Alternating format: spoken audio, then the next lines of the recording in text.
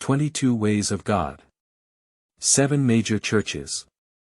Evil gods, secret organizations, extraordinary beings, seals 22nd gene pathogen Astat bicycles, power armor, internal combustion engines, extinction orders. The tide of the times has arrived, and the bell of the end is quietly ringing.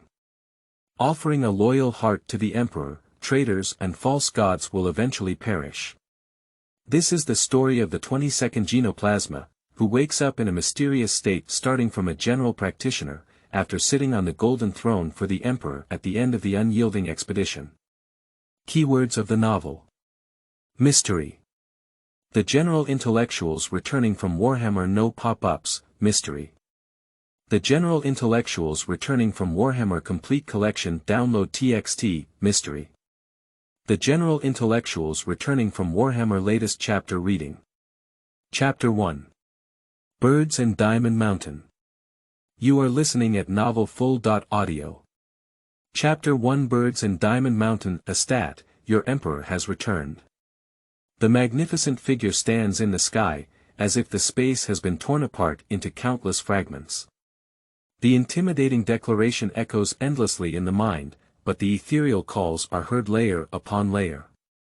These noisy sounds gradually converge over time, making everything chaotic and chaotic. After an unknown amount of time, consciousness slowly rose from the sea of intertwined noise, and the originally ethereal call gradually became clear from far to near. Evan Stimson. Evan Stimson, can you hear me speaking? In his chaotic consciousness, Elvin gradually regained himself, but he felt the numbness and pain in his body like a tide. He slowly opened his eyes, and the strange chandelier above his head, emitting bright light, gradually dispelled the haze that filled his sight. Under the chandelier, across from the rusty iron long table, a woman wearing a classical black veil dress with a face hidden behind the chandelier light raised her hand at the edge of the long table and tapped on a slender silver pipe, emitting a deliberately suppressed deep voice. Alvin Stimson, answer my question now. There's a new design. Faced with the inquiry, Iwan unconsciously revealed a long-lost smile. He tried to move his limbs and found that although he appeared to be sitting on a chair normally, he seemed to be secretly bound by something and unable to move, as if he had been held in a stagnant position, fixed on the eternal golden throne. At the same time, as the pain and numbness gradually faded, intermittent light chuckles or suppressed whispers came from the shadows that the chandelier could not illuminate. It's a bit interesting. What's the story this time? Chamber interrogation. Elvin shook his head and met the lady across from the long table, her gaze hidden in the shadows. He believed that his subconscious, which was on the brink of collapse due to the almost eternal torment of the Golden Throne, would not distort such a crude story. After all, this is an eternal torture tool that even the dark spiritual blooded practitioners who pursue extreme pain and please evil gods cannot believe. The Emperor once sat on it for a full 11,000 years, but now I have been sitting on it for a long time. 100 years. 1,000 years. Elvin murmured to himself. No. There is no concept of time on the Golden Throne with its own static force field, it is an eternal tool of punishment. The so-called eternity refers to the legend that there used to be a diamond mountain, which took 100 years to climb and 100 years to pass. Every 100 years, a little bird would come to the mountain to sharpen its beak. It was not until Diamond Mountain was completely worn down that he spent the first second on the eternal Golden Throne, unable to cry or laugh wildly. He watched soberly as the Golden Throne drained his spiritual energy and shattered his body. So I began to fantasize about leaving Venus, and my subconscious twisted out one story after another. Ha ha ha. What a pity. Duh duh duh. Irving's unbridled laughter seemed to have angered the lady across from the long table. She heavily tapped on the slender silver pipe at the edge of the table, with an indescribable anger in her tone. Elvin Stimson, tell me who the killer is. It's me, it's me. Ha ha ha. He seems to be going crazy. Outside the unidirectional glass window beyond the reach of the chandelier's light, old Decker, dressed in a black tailcoat with a bow tie, gray hair and raised wrinkles on both sides of his cheeks, but still full of energy, looked anxiously towards the Mechanical Heart Team Captain Dick beside him. "How about? Let's invite the night watchman to give it a try. After all, this thing is just a magical item, not a real nightmare, and Mrs. Solier can only observe roughly, unable to effectively guide dreams." At the suggestion of old Decker, he wore a brown priest's robe and was exceptionally tall in stature. Dick, with a rough face but a pair of gold-rimmed glasses, has a very peculiar overall style. After hesitating for a while, he sighed and said, "Let's give it a try again. Dunn Smith seems to be in a bad mental state lately, and this case is unusual. I'm worried it might cause some unnecessary trouble." After speaking, he raised his hand and pulled down the handle beside him. With the strange roar of the gears rubbing against each other, the machinery that connected Elvin's body, resembling an electrocution chair, began to run wildly. Da-da-da-da. A strange sound drifted from the darkness that the lights could not illuminate. On the cement floor with still water stains, rows of wooden table legs painted with green stand tall. The old blackboard on the distant wall has been painted with chalk, creating some eerie and twisted symbols. This is a classroom, with misty windows blocking the peeking view. The rusty iron long table, which was originally illuminated by chandeliers, and the woman whose appearance was hidden in the darkness across from the table, have long disappeared. Instead, there is a seemingly ordinary wooden desk and a notebook neatly placed in the center of the desk, with curled covers and rough edges. The scene of the story has changed. Is this a dream? Looking around, Elvin slowly raised his hand with great interest and reached out to the notebook on the desk. This time, he was not hindered by any obstacles. Curling his fingers, he opened the cover and a twisted and eerie line of scribbled handwriting appeared before his eyes. "I'm Evan Stimson. If you see this sentence, it means I'm already dead." Holding the notebook, Irving's shoulders suddenly began to tremble uncontrollably. "Perhaps I should ask it what to do next." Looking at the messy text on his notebook, he lifted his hand and wiped it away. Tears welled up from the corner of his eyes, but suddenly he heard a noisy sound coming from his ear. When he looked up, he found that at some point, the originally empty classroom was already filled with figures of different heights, and sizes. At this moment, he straightened up and cast a pair of sympathetic or disgusted eyes towards this side, staring closely at his every move. His undisguised eyes were filled with resentment and malice. "Elvin, Elvin." In the same row, the boy sitting next to him across the aisle suddenly shouted out his name and handed over a small copper knife with green stains and a bumpy appearance. He didn't reach out to pick it up, just tilted his head and gazed at the other person playfully and quietly. Watching the expression of the boy sitting next to him gradually become impatient, his arm, which was originally only about half a meter long, slowly stretched and wriggled like a snake, almost hitting the decaying copper knife on his face. "Alvin, take it. Take it." One sound after another echoed in my ears. As the voice grew louder and more urgent, the blurry figures in the classroom, including the boy across the aisle, began to distort and waver, with gray-brown feathers appearing on their bodies like scales. They slowly sat up from their respective seats, with catfish-like sharp-toothed mouths wide open, constantly emitting a substance like evil intent, even causing a slight tingling sensation on their exposed skin. Gee! Amidst the gentle sound of the table and chairs being pushed, Elvin suddenly stood up, lifted the chair under his buttocks with one hand, and looked down at his neighbor. The twisted-looking boy smiled and said, "The monsters twisted out of subconscious are also too ugly, you even remind me of some of the past." Before he could finish speaking, there was a loud bang, accompanied by scattered wooden fragments. The atmosphere of fear in the classroom, which was originally full of teeth and claws, suddenly became stagnant. Taking a breath, he ignored the grimace on his face and the slightly surprised expression. He bent down and picked up the broken chair leg under his feet, shaking his head in disgust and saying, "Negus subordinates waste."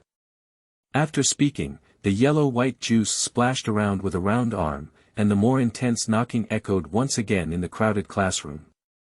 And every time a dull and intense loud noise is heard in the classroom, across from the iron long table in the secret room, a woman wearing a black classical veil long dress, her slender silver pipe in her hand will instinctively tremble. Until Elvin, who looked like a madman, was completely engulfed by his twisted figure. Across the long table, his towering chest, exposed in the chandelier light, began to rise and fall again. A sound that was not deliberately suppressed but slightly trembling came from him. Rude lunatic. Gentleness will only make the other person take advantage of it. Slowly opening his eyes, Elvin raised the corner of his mouth and responded seriously to the woman whose face was hidden in the shadows. Continuing with great apologies. Unfortunately, the action failed. As he spoke, he suddenly licked the corner of his mouth with a lingering desire, slowly turned his head and cast his gaze to the left. In the darkness beyond the reach of the chandelier, he said with a hint of excitement. "But I'm willing to give it a try again. Regarding the Golden Throne, please search for its function on Baidu. If it is the same cloud hammer as the author, know that it is a more terrifying torture tool than a tiger stool. No one can sit on this torture tool and humans can GG on the spot." End of this chapter. Chapter 2. Chamber of Secrets Interrogation. You are listening at novelfull.audio. Chapter 2 Chamber of Secrets Interrogation, Can He See Us? Outside the heavy glass window, old Decker's face was startled and he turned his head to look at Captain Dick beside him. "It's hard to say." Dick, who also frowned tightly, pondered for a while before slowly saying, "Witnesses of extraordinary events will possess some peculiar abilities. Moreover, after investigation, he may have been exposed to the extraordinary features left by the Sequence 9 communicator, and not losing control on the spot is enough to demonstrate his uniqueness." "Are you saying?" Old Dirk seemed to remember something and raised his hand to point to the next door, saying, that ancient dagger fragment that he had carried with him before and lost his spirituality. "That's right." Dick nodded and said, "It should have been a magical item made of extraordinary characteristics." After speaking, he raised his hand and knocked on the glass, giving a reminder to Mrs. Solier who was also in the room, and pulled down the handle next to him again. In the strange roar of gear friction, the machinery behind Elvin began to spin wildly again. The last lingering gaze swept over the slender silver pipe in the lady's hand across the long table, and a clear smile appeared on his face. "It's indeed a dream. Elvin, Elvin." Still in that classroom, there were still loud shouts in my ears. But new content appeared in the notebook on the desk. "I'm Evan Stimson. If you see this sentence, it means I'm already dead. I had some arguments with the boys sitting next to me, and they wanted me to go. To be honest, I don't like guessing riddles." Elvin smiled and tore off the page with text from his notebook, turning it into powder. Without waiting for the blurry figures in the classroom to become distorted again, he reached out familiar and took the decaying knife handed over by his neighbor.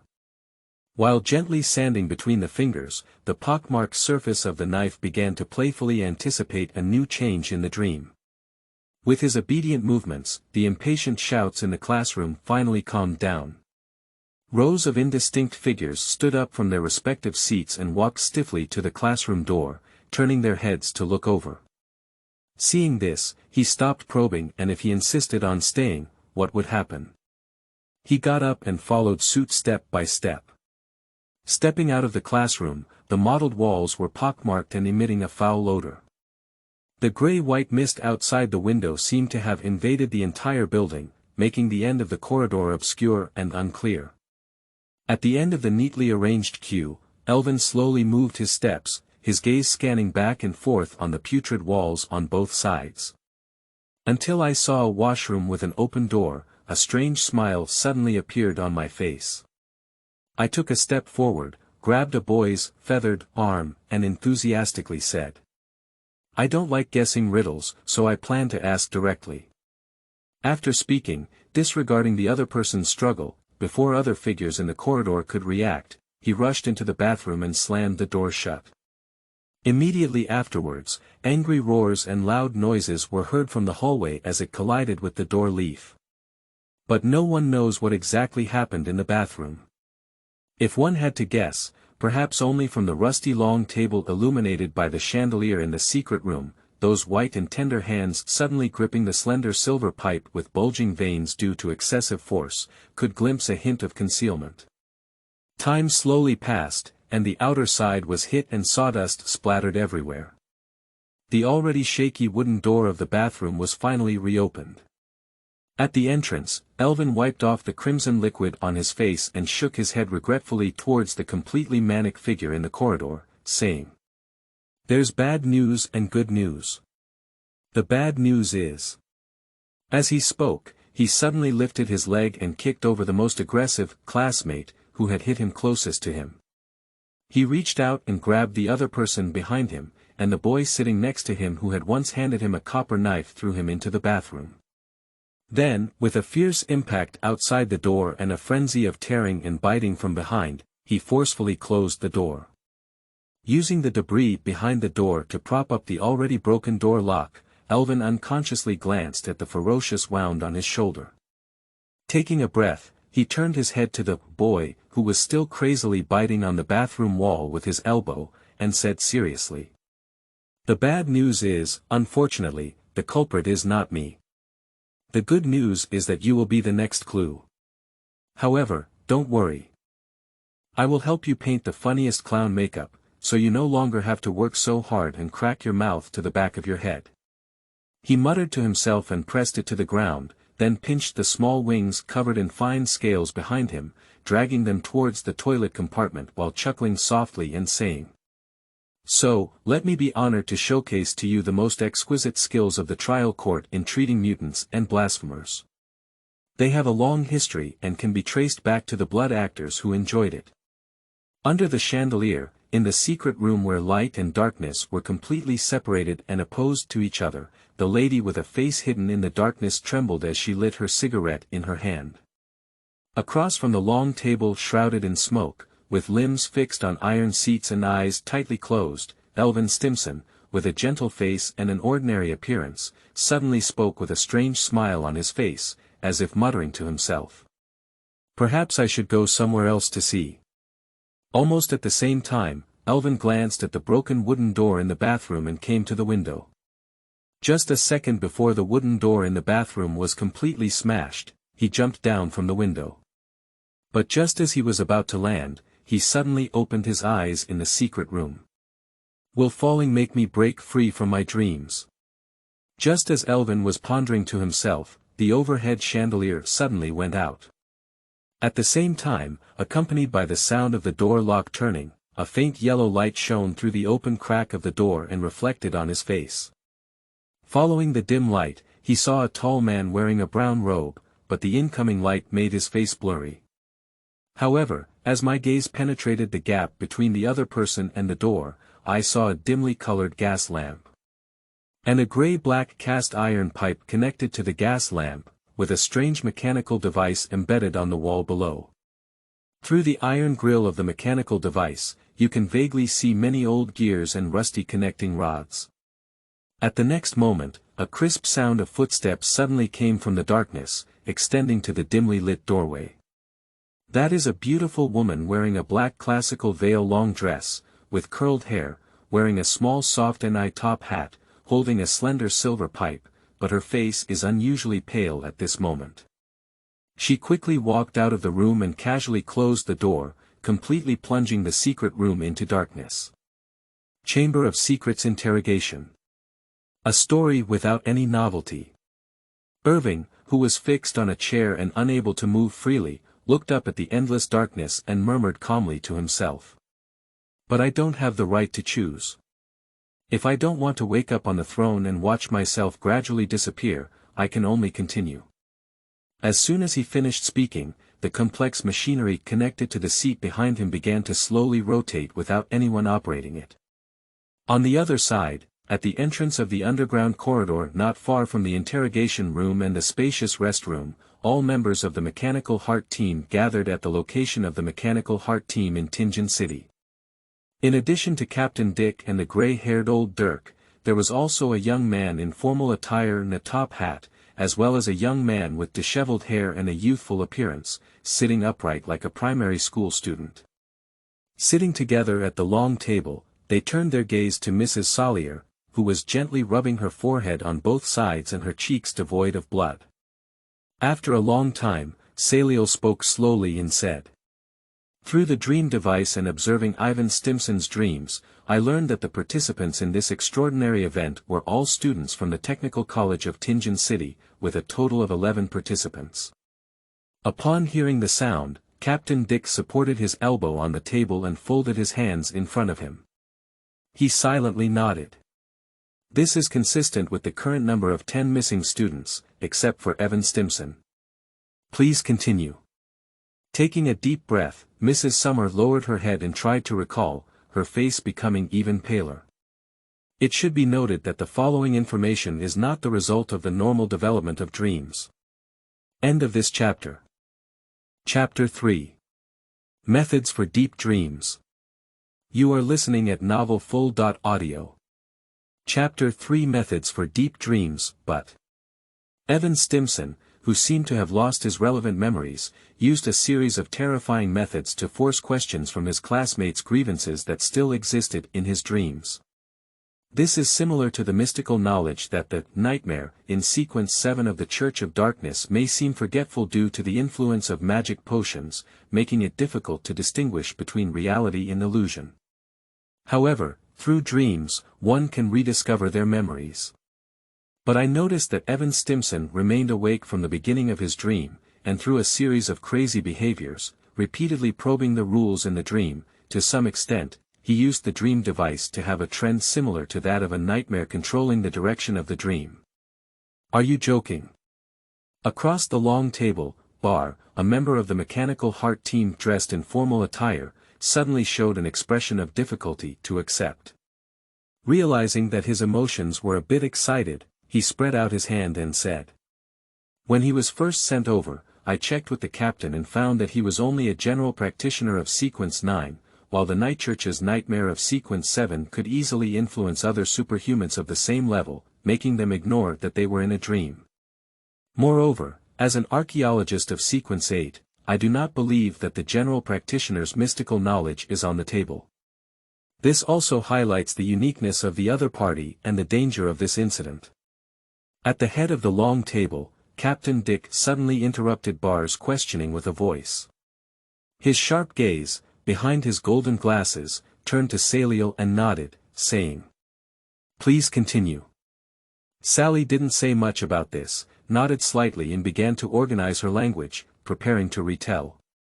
It seemed that she had recalled some difficult scenes, and suddenly took a breath before slowly saying.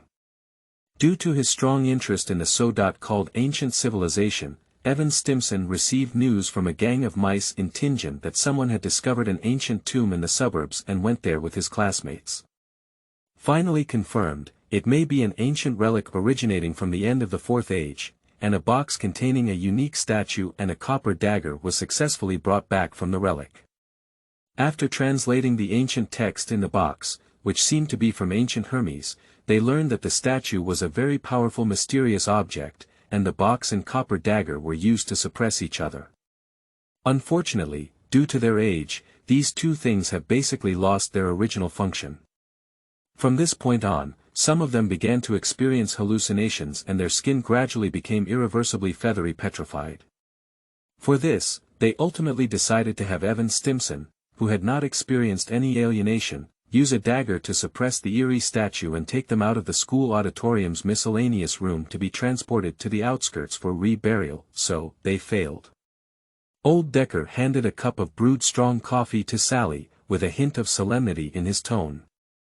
As a voyeur, he is very aware of the dangers contained in those ancient relics.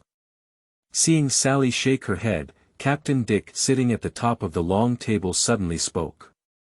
From the collective disappearance of more than 10 participants to the almost complete mental breakdown of Evan Stimson, who suddenly appeared at the North District Police Station to see, their remedial measures are highly likely to have failed. In the classroom constructed by Dreamland, Elvin's gaze swept over his notebook, intermittent text, and a noisy call came in his ear. "I'm Evan Stimson. I had some arguments with the boys sitting next to me. They handed me a decaying dagger and asked me to deal with that thing.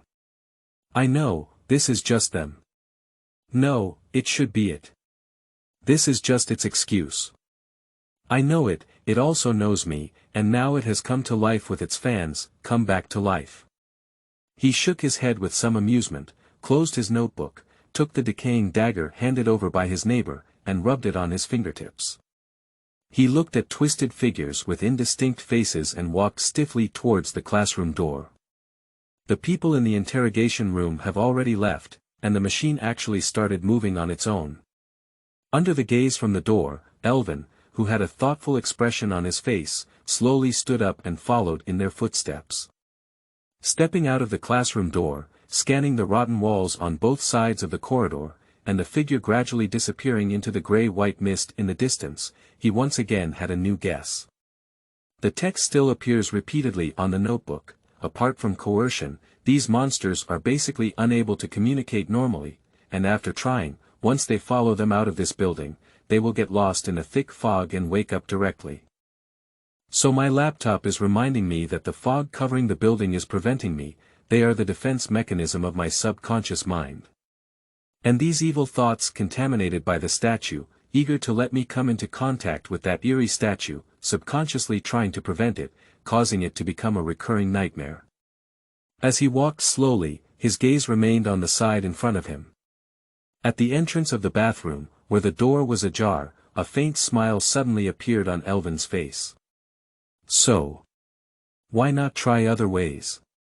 He suddenly quickened his pace, and before the stiff figure in the corridor could react, he once again rushed into the bathroom to lock the door. Then, he piled up debris behind the door and sat down in a squatting position. Glancing at the door leaf that had gradually loosened under the insane impact from the outside, I quickly closed my eyes and began to constantly deny the eerie statue in my mind. As he moved, the rapidly rotating machinery in the secret room became faster and faster, and a series of bright sparks erupted between the dense gears, roaring with an unbearable sound. But then, he opened his eyes on the tightly imprisoned seat. Did the previous attempt fail? Looking up at the silent darkness, a hint of surprise appeared on Elvin's face. Generally speaking, the more uncertain something is, the more subconsciously it will develop towards negation. For example, if you close your eyes and repeatedly tell yourself not to imagine the sourness of lemons.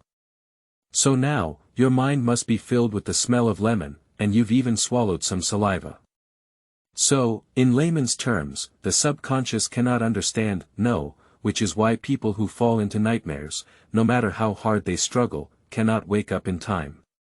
For him, both his own negation and his subconscious negation have been revolving around that eerie statue, silently developing. To a certain extent, he can achieve the effect of day thinking and night dreaming, which requires long-term training of the subconscious. The first layer of dreams, self-suggestion, dream orientation, and other elements are already complete. Then, as long as you take advantage of the sleeping influence of the strange machine behind you, you can successfully enter deeper dreams centered around the eerie statue. In addition, he also utilized the principle of falling to wake up and reserved a backup. Perhaps I should try again. Just as Elvin turned to ponder whether there were any flaws in the method of entering deeper dreams and was preparing to do it again, the sound of the door lock bouncing back came from the darkness. With the creaking sound of the door leaf, a faint yellow light shone through the open crack of the door and once again reflected on his face. I need your assistance in carrying out a containment operation on that statue. At the entrance, the man wearing a brown robe and a pair of golden glasses slowly said. The oncoming light made the other person's figure appear even taller, but their face became blurry. I think it was a wrong decision to bring this guy along. Mrs. Solier said he had a bit of a brain problem, maybe when he got there, he might take advantage of the situation and run away. Shaking leisurely towards the carriage of the Technical College in Tianjin City, wearing an inspector's uniform, carrying a huge black metal box on his back, and with the emblem of the 5th Special Action Team hanging on his chest, Bale looked over at Irving, whose eyes were covered by cloth strips, and complained incessantly about Dick's decision. The captain may have other considerations. Right. On the other hand, dressed in the same attire as Barr, but only at the level of a probationary inspector, Apton, who was noticeably younger and sat upright like a primary school student, suddenly defended Dick weakly. End of this chapter. Chapter 4. Accommodation Action. You are listening at novelfull.audio. Chapter 4 Accommodation Action. Upon hearing this, Ball opened his mouth slightly dissatisfied and was about to say something. But upon hearing Elvin, who had been silent all along, suddenly spoke with a smile, "Since you're so worried, why don't you handcuff me?" Unexpectedly, the other party sneered and shook their head. "Oh, I am an archaeologist of Sequence 8, and a general practitioner of Sequence 9 has an understanding of mechanical construction that is difficult for ordinary people to reach. This is common sense. So, don't play with those little smarts in front of me who think we can relax our guard by handcuffing you." Then Barr suddenly leaned over and said, word by word, close to Elvin, "I'll keep an eye on you, Elvin Stimson. No matter what you want to do, this incident was triggered by you trying to curry favor with your classmates and taking them to that damn ruins, so you bear the greatest responsibility." The warm breath gently brushed over Elvin's cheek, but what Ball, who had thought he would hear sophistry, did not expect was that the despicable lunatic in front of him pouted his lips fiercely. "Hee. Damn it, you're really a lunatic." Without deceiving any information, Ball, who appeared panicked, covered his face and cursed as he distanced himself from the other person. In response, Elvin smiled lightly and wrapped his hands around his chest, saying meaningfully, "Actually, I think you should worry about yourself. After all, the next action may be more dangerous. You can't just rely on your ridiculous punk equipment, but also make full use of your walnut-like brain." Equipment. Filtering out the cold and hot sarcasm in his words, a hint of suspicion suddenly appeared on Barr's face. "Can you see it? Your eyes may deceive you, but you can make full use of other senses." Elvin shook his head and raised his finger to his ear. "For example, before, the heavy footsteps you made as you got into the carriage, but given the upcoming actions and existing technology, I think you should have brought a bunch of flashy and unreal things with you." "But I don't think so." Bale sneered. Despite Elvin's clear explanation, he still had doubts on his face. He found a cloth strip from somewhere and wrapped it tightly around the other person's head, leaving only a barely breathing nostril.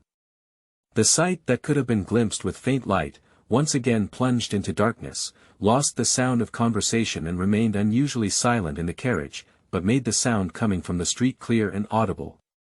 Outside the trembling carriage, the exhausted voice of the newsboy, the enthusiastic call of the vendor, the roaring machines of the factory, angry arguments and devout and solemn prayers filled Elvin's ears, refusing to leave for a long time. Finally, amidst the sound of dense footsteps, the carriage came to a slow stop, and then he was taken out of the carriage again. As he was about to get off the carriage, a huge sense of impact suddenly came from behind, almost falling directly from the carriage. Alvin, whose head was tightly wrapped, snorted twice, thinking that someone was deliberately making things difficult for him again. After following the reclassification without any concern, Barr was responsible for the initial screening, and the lady used the ceremony to further identify students who had close contact.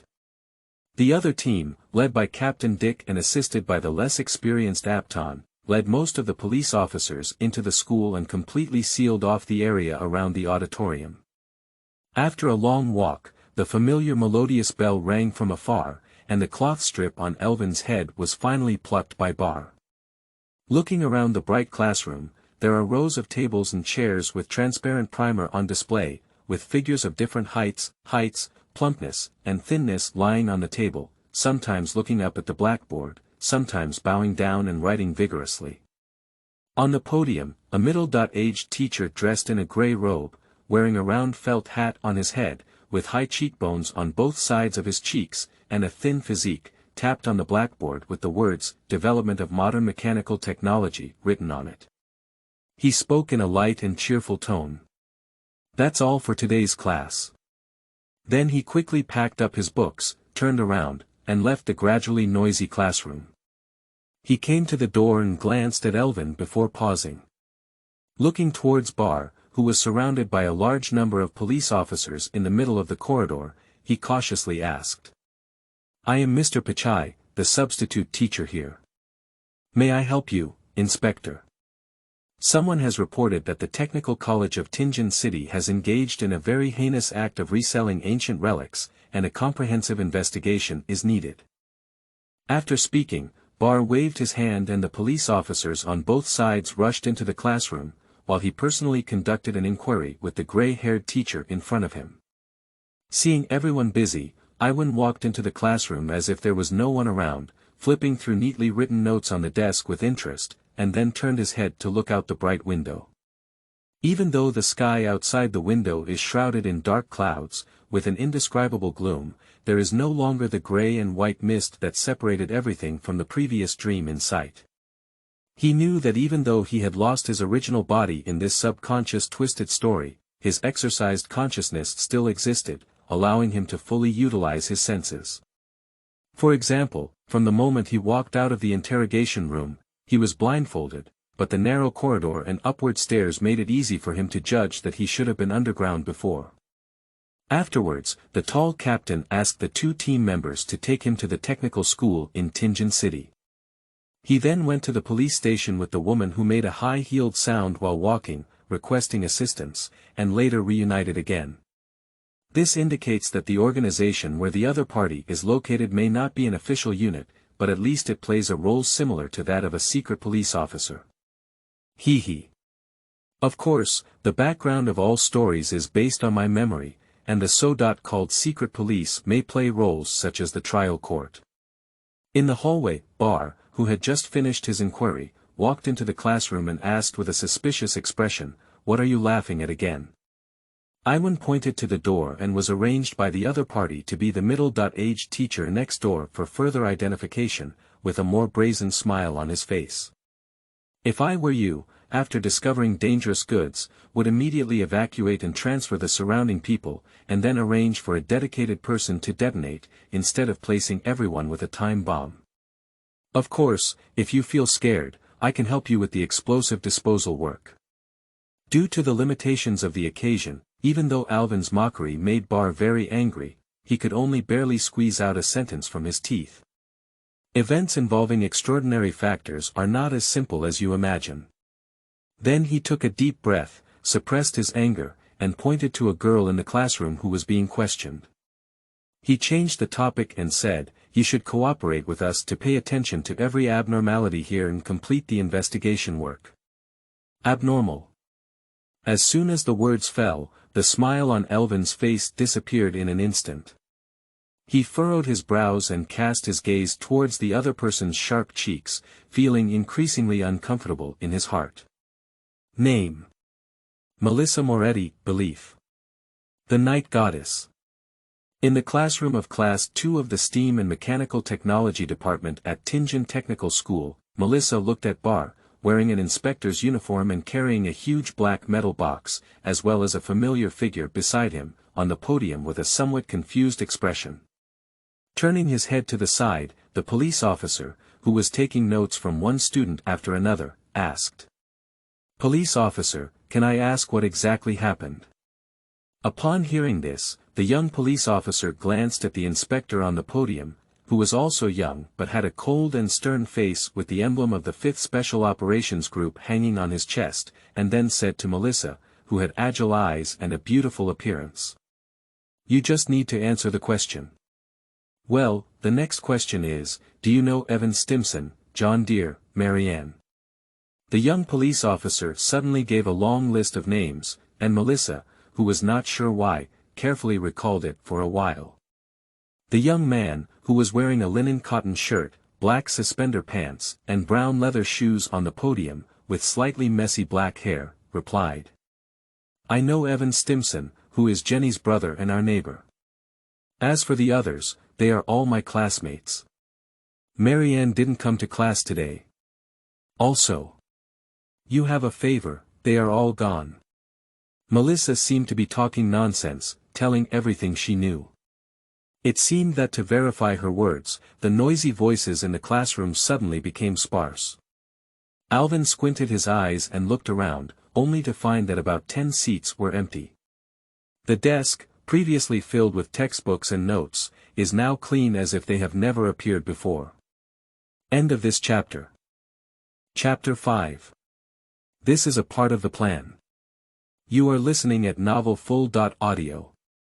Chapter 5. This is a part of the plan. On the other side, Melissa was speaking when she suddenly noticed the young police officer in front of her. Her fingers holding a pen seemed to tremble, and she slowly took a step back. Is there any problem? She began to feel a wave of nervousness for no apparent reason, and thoughts flashed through her mind of Evan Stimson, whether he had caused any big trouble or not.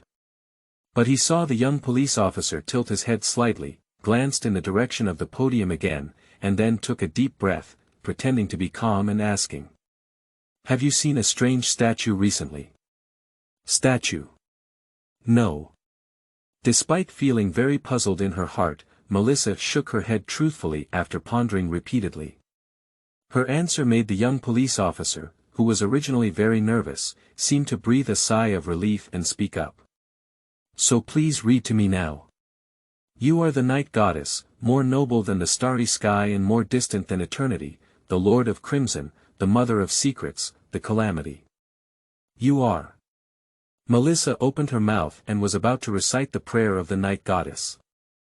Suddenly, a loud bang was heard, causing the windows on both sides of the classroom to tremble slightly. The students in the classroom were instantly in chaos. After a brief panic, she didn't wait to instinctively check what had happened. I saw behind the young inspector with a cold and stern face on the podium, the black metal box he was carrying suddenly unfolded in the buzzing of gear friction. As the dense and cumbersome mechanical structure extended, Elvin, who was lost in thought, suddenly came to his senses. The explosion came from next door. It seems like the lady conducting a thorough investigation over there. Where is she located? Then I heard Barr throwing another sentence at the police. You guys keep an eye on Evan Stimson. The whole person suddenly burst into an astonishing speed and rushed straight into the corridor, leaving the panicked crowd in the classroom looking at each other. After a moment, Elvin's gaze swept over the vacant seats in the classroom at an unknown time. He looked at the young police officer walking towards him and suddenly smiled, as if talking to him or muttering to himself. It's really surprising. Constrained by the logical consistency of dreams, I turned a blind eye to the anomalies that appeared. And when I entered the campus, I clearly felt the impact. At first, I thought it was someone deliberately making things difficult. Now it seems that when I tried to enter deeper dreams, I deliberately sat on the pile of clutter behind the bathroom door, using the principle of waking up after the door panel was knocked open and my body fell, to issue a reminder. Perhaps the explosion just now indicates that the countdown to deep dreams has begun. The young police officer who had inquired about Melissa in the classroom, who was calming the students' emotions, clearly did not take Elvin's self-talk to heart. He walked slowly towards Elvin and said with a serious expression. Mr. Stimson, please cooperate with our work. Upon hearing this, Elvin suddenly smiled and said, Don't you think staying here is a serious waste of manpower? Your boss may face very tricky situations. Do you mean? The young police officer seemed to have guessed Elvin's thoughts, with a hint of hesitation on his face, but quickly shook his head and said. No, that's too dangerous. Seeing that the other person's footsteps showed no sign of stopping, Elvin's smile grew even stronger and he opened his mouth. Upon careful consideration, just the right amount of support may instantly turn the situation around and leave a deep impression on the other party. As a witness, I have sufficient knowledge of the situation here and can provide better assistance. Besides, you have also heard him. His command is only to supervise me, without saying how to supervise or where to supervise, right? With Irving's seductive words, the young police officer's once firm footsteps began to pause slightly. He looked around and said meaningfully to the other police officers. "You don't want to work as an ordinary police officer for a lifetime, do you?" "No, Mr. Stimson, extraordinary events are not as simple as you imagine." The young police officer gritted his teeth and finally sternly refused Elvin's temptation. "Oh." With that, I suddenly became more interested. Elvin showed a curious expression and casually picked up the chair next to him. Then, standing in the first row, he quickly turned around and walked out of the classroom with the door, pinning his chair legs onto the door handle before the police could react. Listening to the constant sound of collisions coming from behind, Elvin's gaze swept over the corridor covered in brick and stone fragments, as well as the staircase in the distance, which was still emitting explosions and gunshots. In just a few minutes, the originally clean corridor had already become unrecognizable, with gunshots, explosions, screams, and cries intertwined. Ordinary police officers left in other classrooms constantly lift unconscious students out of collapsed walls, while young or elderly teachers tear their clothes into strips of cloth in an attempt to stop the wounds of the injured. At the end of the corridor, the stretched mechanical ceremonial attire behind Bar erupted with a huge roar, bending forward and pushing the student hiding behind the low wall hard. He was hit on the spot by a flame-shaped spear, and black smoke flew out from his chest, hitting the floor of the corridor heavily. The violent impact made him moan in pain, and the wound directly hit by the flame spear in his chest, along with the flesh and blood under the steel plate armor, had already become charred.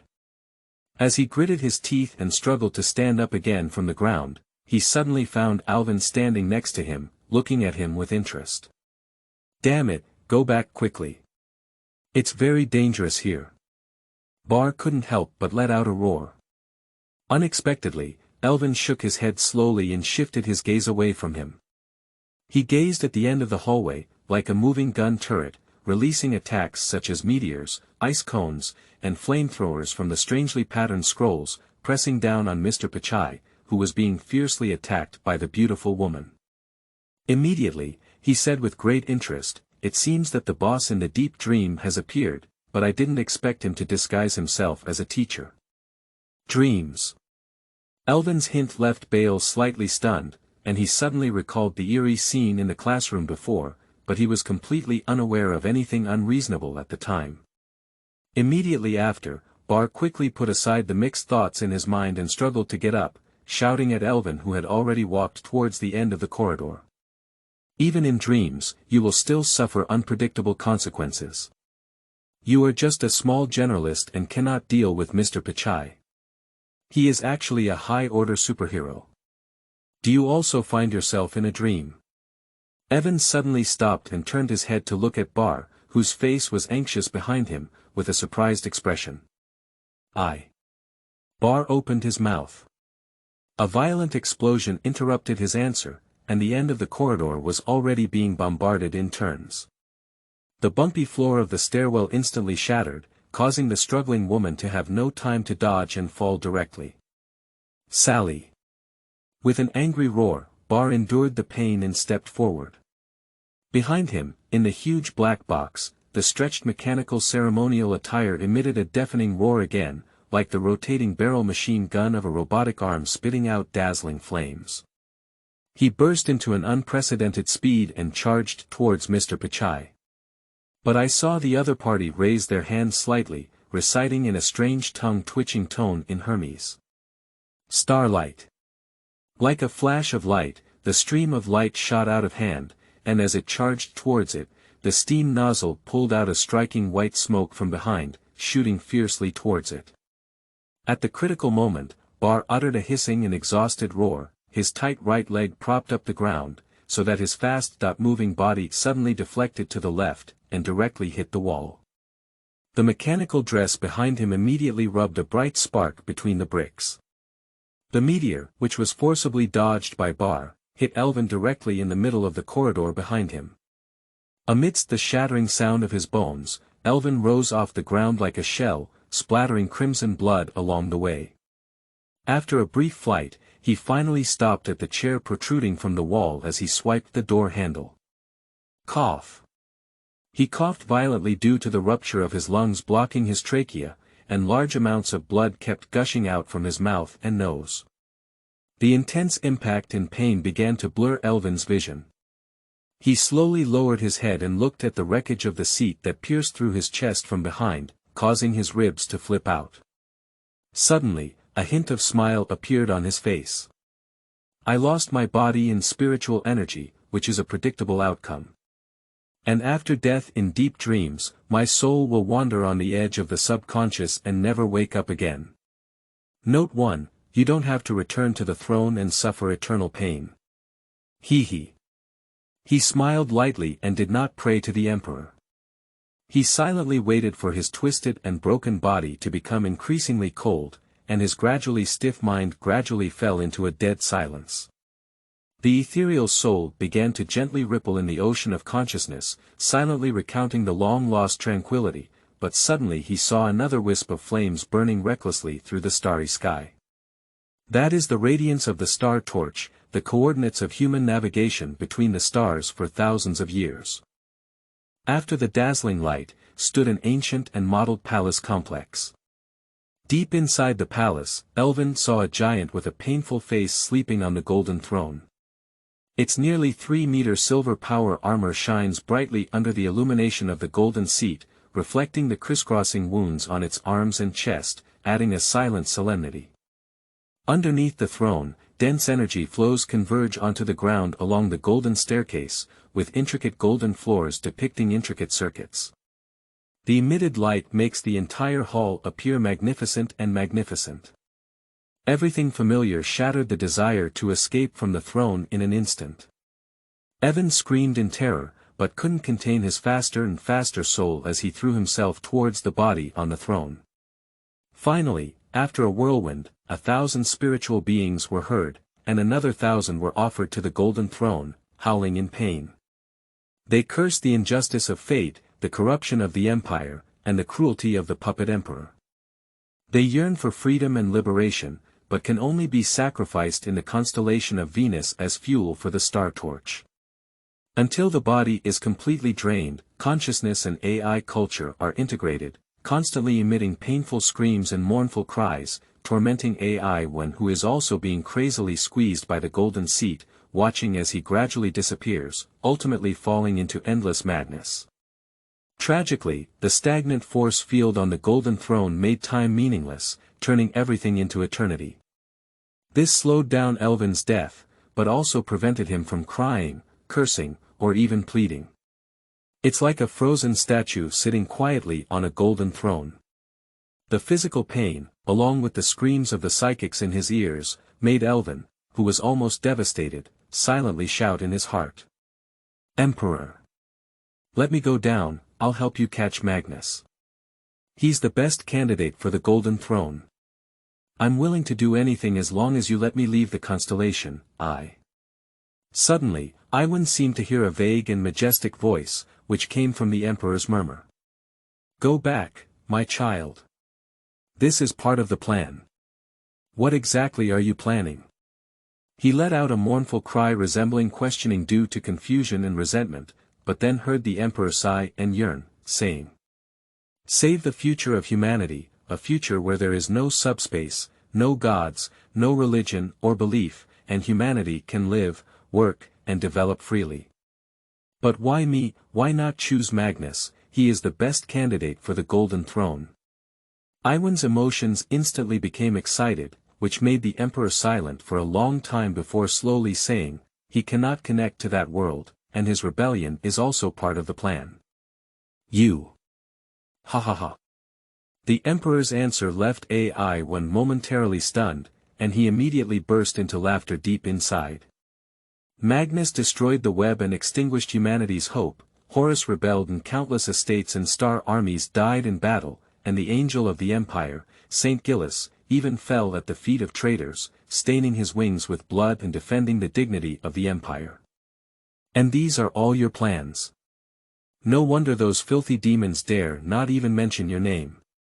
I don't know what your plan is, but I know the cunning and wisdom represented by it, not even worthy of lifting your shoes.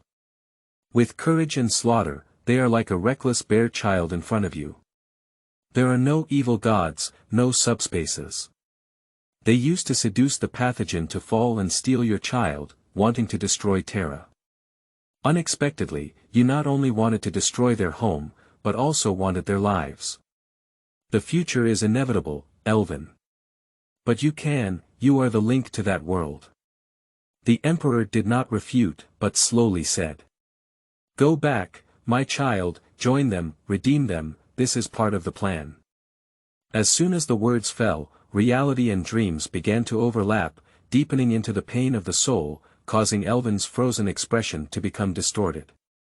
The originally dark brown pupils quietly dyed a hint of crimson, and a special resonance emitted a sharp buzzing in his ear, seemingly repeating a secret whisper. On the school hallway of the deep dream, strands of dark golden silk thread continuously overflow from the surface of Elvin's broken body, gradually building into a giant armor that reaches up to 3 meters high. And after attempting to escape but being stopped by Saliel, he suddenly turned his head towards Mr. Pichai, who was bombarded with extraordinary scrolls, as if sensing something, and looked deep into the hallway. In the next moment, she covered her eyes in pain and trembled all over, with strands of crimson blood flowing down her fingers. Note 2, Note 1. Please refer to the settings in section, Inception, here. Note 2. The advanced and extraordinary individuals who explore the secret path can see through the essence of things through the eye of the secret and have the ability to achieve great death. End of this chapter. Chapter 6. The Crying Angel. You are listening at novelfull.audio. Chapter 6. The Crying Angel, the gazer behind the shadow curtain, the incarnation of knowledge. I seem to have seen the sun. A cold sun, exclaimed in a frenzied howl, what's wrong with him? Bar, who was struggling with it with all his might, opened his mouth and suddenly felt a dryness in his throat. Watching the rotating machine gun on the mechanical salute set open several holes for Mr. Pichai, who was standing still, the other person still howled wildly as if nothing had happened, clearly showing a reaction that only occurs when they have witnessed something that cannot be seen directly and are on the brink of losing control. And the other party was also an extraordinary person who peeked into the secret path, which made Bar secretly guess. Is it a hidden sage? Or other evil gods? In a moment of confusion, he was about to temporarily set aside Mr. Pichai, who had already undergone a gradual transformation, and go first to rescue Saliel, who had been crushed by the wreckage of the building on the lower level. However, when he turned his head, he saw a giant wearing silver armor lying on the side of the corridor deep down. Belonging exclusively to the 22nd pathogen, the chest of the silver-white ceramic steel power armor is adorned with the emblem of the Empire's two-headed eagle, and the skull-like sockets of the mechanical divine emblem on the shoulder sparkle with soul-capturing light. The helmet's built-in detection system is rapidly analyzing the physical structure of all targets within a kilometer of the surroundings, searching for weak points that can be fatal with just one strike. But without waiting for the fire control system of the power armor to lock in the most threatening person, the detection system to complete structural analysis, Evan suddenly extended his arm covered in hard armor forward and shook it in the distance towards Mr. Pichai's position. With a loud bang, the opponent turned into a mist of blood and scattered among the ruins of the building. Elvin. Stimson. Bar, who had witnessed everything, half opened his mouth and stared incredulously into the distance. He slowly got up and almost clung his head to the ceiling, wearing a ferocious face armor as a giant. But Elvin did not respond to him, still staring intently at the end of the corridor, wriggling and muttering to himself, I smelled the scent of the evil god from him. As soon as the words fell, Mr. Pichai, who had regained his composure, suddenly appeared on the back of his hand and his neck, which was not covered by clothing, with cold vertical eyes without eyelashes. The crimson pupils, condensed from flesh and blood, turned left and right and looked straight into the depths of the corridor.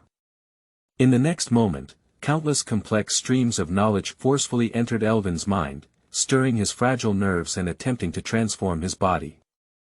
Just like during the 21st genetic surgery, when installing the Magnificat enhancer, the great sage Call forcefully wedged a specially crafted modification resembling a steel nail into the center of his skull. The so-called McGonagall enhancer refers to the insertion of a nail-sized leaf-shaped modification into the core of the brain to enhance the stimulation of pituitary hormone secretion, strengthen other advanced systems in the body, especially muscle-strengthening organs and bone-strengthening organs. In addition, one of the functions of the enhancer is to give ordinary interstellar warriors the ability of multi-threaded thinking similar to Kiraman, or the terrifying combat power brought by St. Gillis Black Wrath. These were originally special abilities prepared by the Emperor for his descendants, allowing the protozoa to control the Astat warriors of their respective legions through genetic inheritance, enabling them to acquire similar personalities, physical characteristics, and special abilities. They are also the carriers of the essence of our subspace. Later, in the era when most of the pathogens disappeared, the great sage Call, who had obtained a large number of genetic seeds, began an ambitious plan to create a true double-petal immortal gland and replicate the miracles belonging to the Emperor. The ultimate result is him, Evan Stimson, the 22nd Genoplasma of the original Star Warrior version. I felt the Magnificat enhancer trembling, and it told me, "Betrayers and false gods will surely perish." Irving tore at his head in pain, while extending his right hand forward again. Mr. Pachai, who was covered in eyes all over, flew straight towards his palm like an attracted magnet. Then he was tightly held in his hand by Elvin, swung high like a rag doll, and smashed fiercely towards the ground. The enormous kinetic energy it generated caused Mr. Pachai's twisted body to instantly penetrate several layers of cement floors and directly embed it into the foundation of the lowest floor of the teaching building. Immediately after, he jumped up high, like a shell, towards the hole in the hallway. The huge and sturdy armor, tearing at the air and causing an astonishing roar, is getting closer and closer to Mr. Pachai, who is already torn apart in the foundation. If this attack is fully accepted by him, it can be foreseen that the opponent will once again turn into flesh and mud in the ruins. At this moment, whispers containing countless complex information and the light comparable to a meteor falling suddenly rose from below, bombarding Elvin's huge body, throwing him high into the ceiling that penetrated the roof, creating an arc in the sky, and falling onto the playground outside the teaching building. At the same time, composed of countless secret words, the overlapping phrases resounded throughout the sky of the technical school in Tingen City. He said, "Night of Fall." Note 1, in the next moment, endless darkness enveloped everything, with police officers, teachers, and students disappearing without a trace, and unknown monsters dragging an innocent person into a merciless dark and cruel distribution. The cries and howls played a mournful melody, becoming the only sound here. "Go back, my child. Join them, redeem them." The Emperor's murmur echoed in Elvin's ear again. He slowly stood up and let the monster in the darkness tear at his body.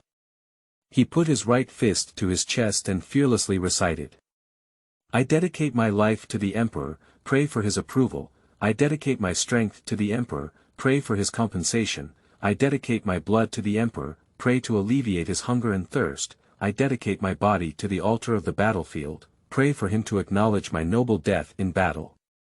Note 2, this is a prayer belonging to the battlefield, a signal for the estates to go to war. The sudden rise of a dark golden flame transformed into a thick pillar of light, instantly piercing through the darkness. The powerful spiritual energy made the surrounding air sticky, like boiling water boiling incessantly. On the foundation of the teaching building, a huge eyeball had completely transformed and grown, with limbs piercing through the floor slab and building ruins like tree roots.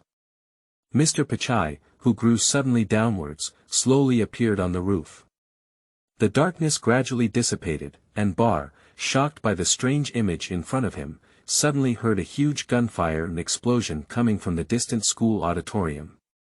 On the inside of his uniform, in the pocket close to his body, the censor that had previously infused spirituality with his own hands and attempted to seek help from the captain suddenly trembled rapidly. This means that other team members have infused their own spirituality into it, and their sensors vibrate accordingly. All personnel must put down their work and immediately go to the designated location to gather. In this situation, combined with the delayed arrival of previous support, the auditorium must have encountered a severe situation that even the captain of the Sequence 7 superhumans could not effectively cope with. Are there any other accomplices suspected to be the culprit of the extraordinary event, Mr. Pichai? The chaotic speculations in his mind made Ball anxious like ants on a hot pot. Whether he's Evan Stimson or not, the next battle is not something I can participate in. Leaving a glance at the giant standing on the playground emitting dazzling light, along with Mr. Pichai, who was growing like a tree inside the building, Bale gritted his teeth and jumped down the stairs, finding Sally, who was trapped in the wreckage and unable to move, and rescuing her.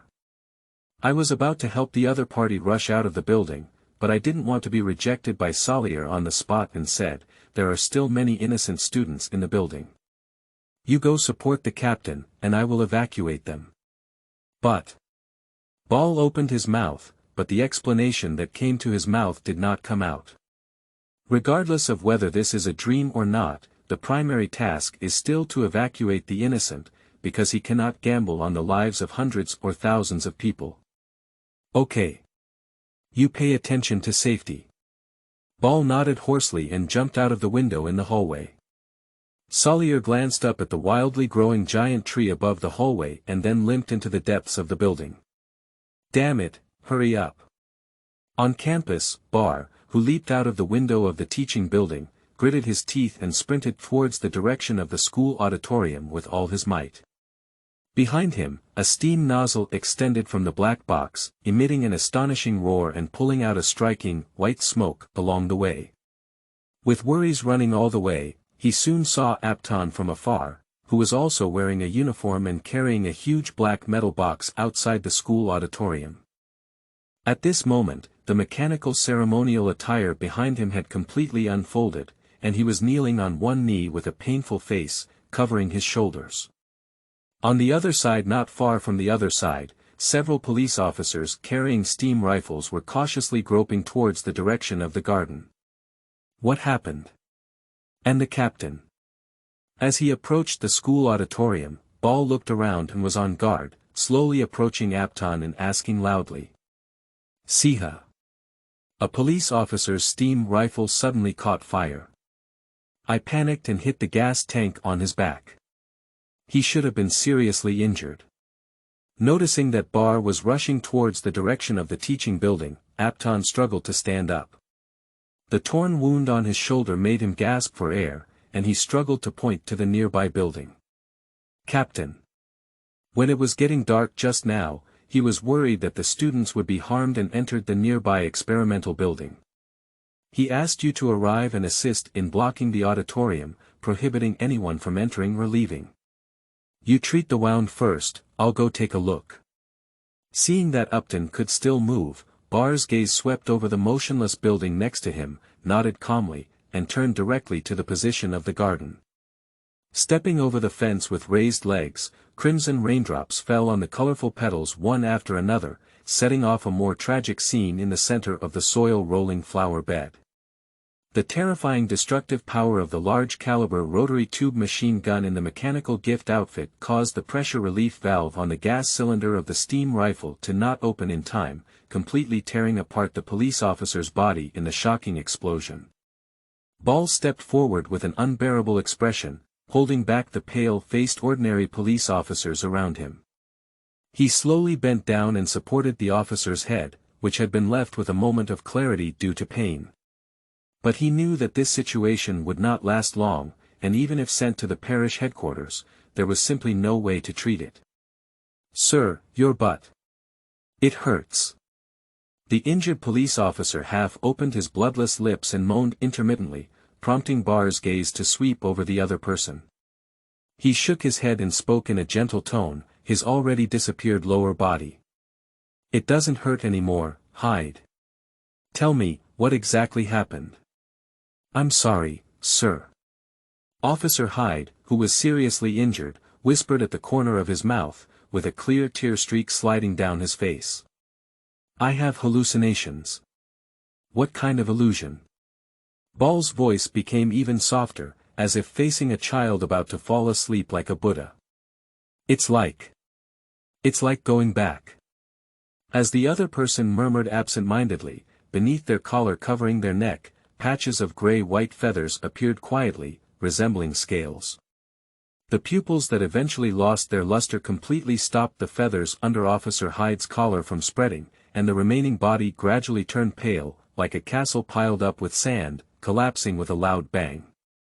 The abnormality of sacrificing a police officer made Ball ignore his grief and suddenly stiffen all over, seemingly feeling an indescribable aura locking him in. This instantly turned his face pale. The rotating machine gun, which was originally hanging behind him, stood up like an exploding hedgehog, instinctively looking up to remind his companions. The situation is not right. Appleton, you. Halfway through, Bale, in the moment he looked up, was stunned again as his gaze swept through the window of the school auditorium. Standing on the westernmost side of the technical school in Tingen City, with a towering roof resembling a bell tower, dark red brick walls, and colorful auditorium glass windows, a pure white statue is placed at some point. That lifelike statue seems to have been sculpted day and night by world-renowned artists during the Renaissance initiated by the Indies Empire in the last century.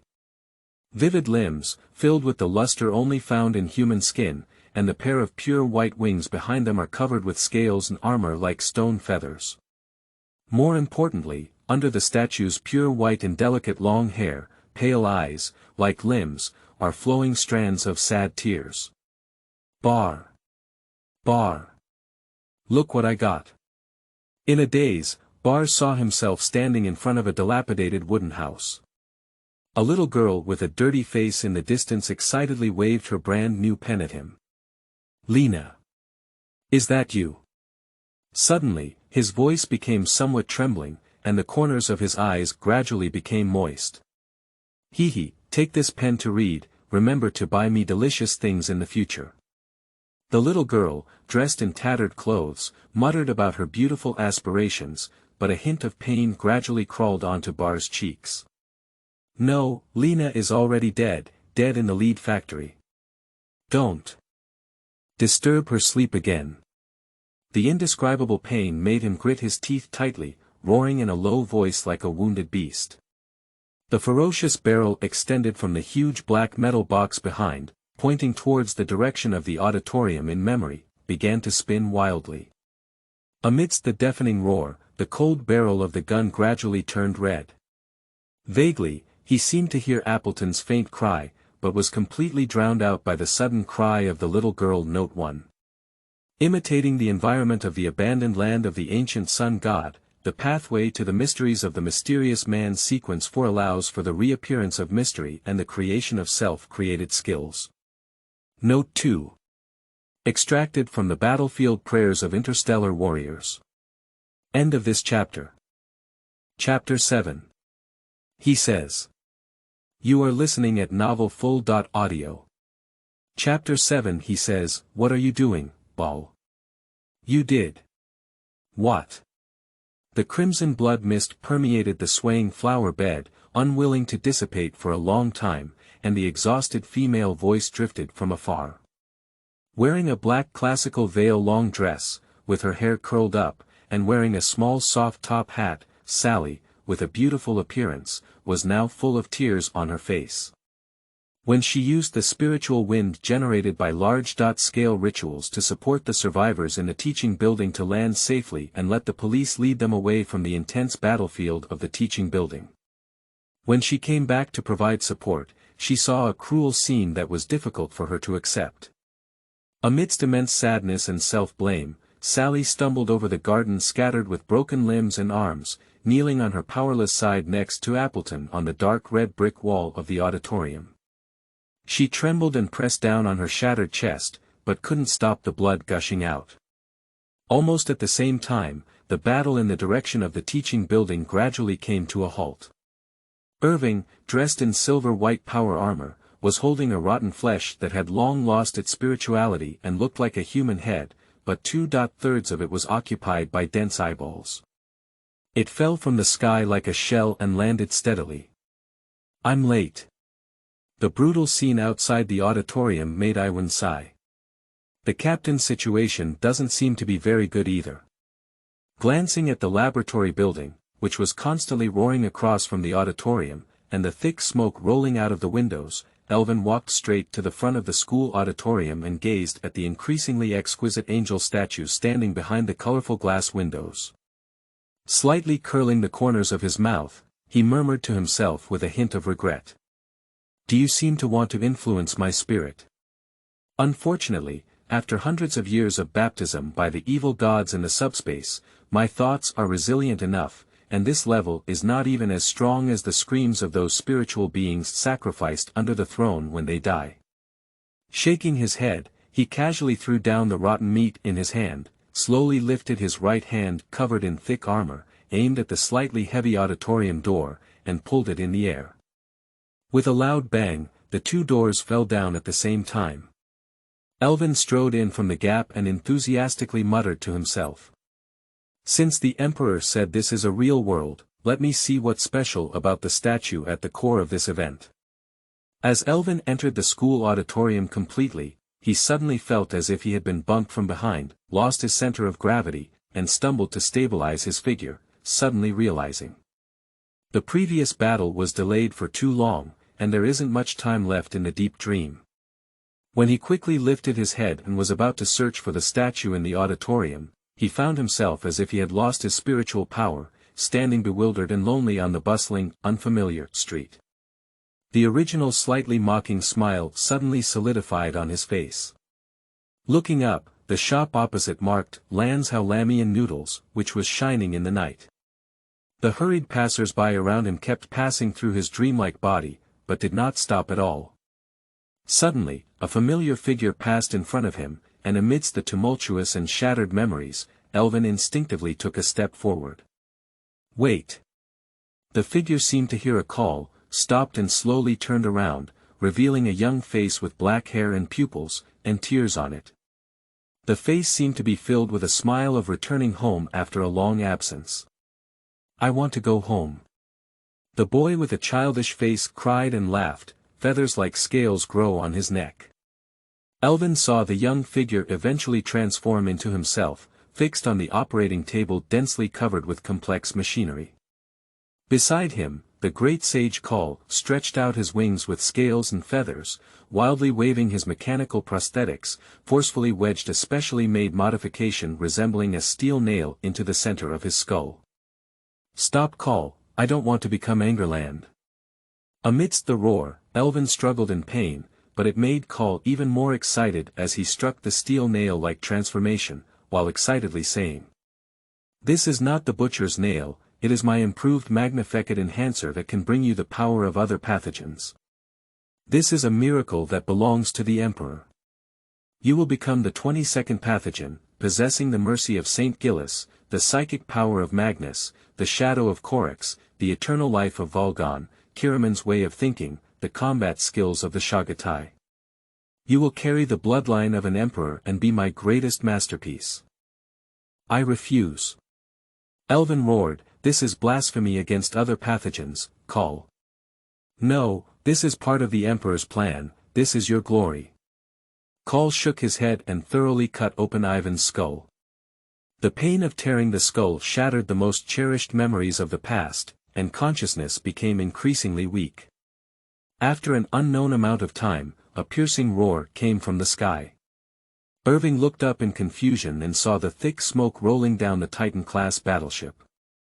Countless estates, whose defenses were forged with flesh and armor, were breaking apart. The champion demon rushed into the shelter, picked up the human baby with a sharp blade, and stood on the skeleton-built Jingguan, laughing uncontrollably. He saw one human world after another destroyed, slaughtered, and sacrificed, with corpses scattered everywhere, the sky turning red, and feathered ashes slowly falling from the ruins. The silent anger made him grit his eyes and stumble forward, but a vague murmur quietly rang in his ear. The fog of war slowly drifted away, and the distant palace community was dilapidated and mottled. The star torches that had stood for over 10,000 years seemed to be flickering in the strong wind as if the candles were about to go out. The murmur in his mind called for him to slowly move forward, and the worn-out silver-powered armor stepped on the incomplete slate, constantly emitting a dull echo. Jianqi whispered in his ear, and Negu let out one sigh after another. Fear and abuse seem to provoke recklessly, while lust repeats the secret words of temptation. But he still walked towards the depths of the palace in the call of the elderly, and arrived at the towering golden gate. The heavy door with intricate inscriptions was slowly pushed open, and in the dazzling light, a shattered figure enveloped in light and heat sat atop a huge golden throne, emitting terrifying energy that could instantly dry its soul. The dazzling light reflected on his arms, and the crisscrossing wounds in front of his chest added a silent pain and sadness. Under the magnificent throne, dense energy flows converge onto the ground along the golden staircase, with intricate golden floors depicting intricate circuits. The scattered light makes the entire hall appear magnificent and magnificent. It also made the tall and disabled body sitting on the throne shine like a legendary deity.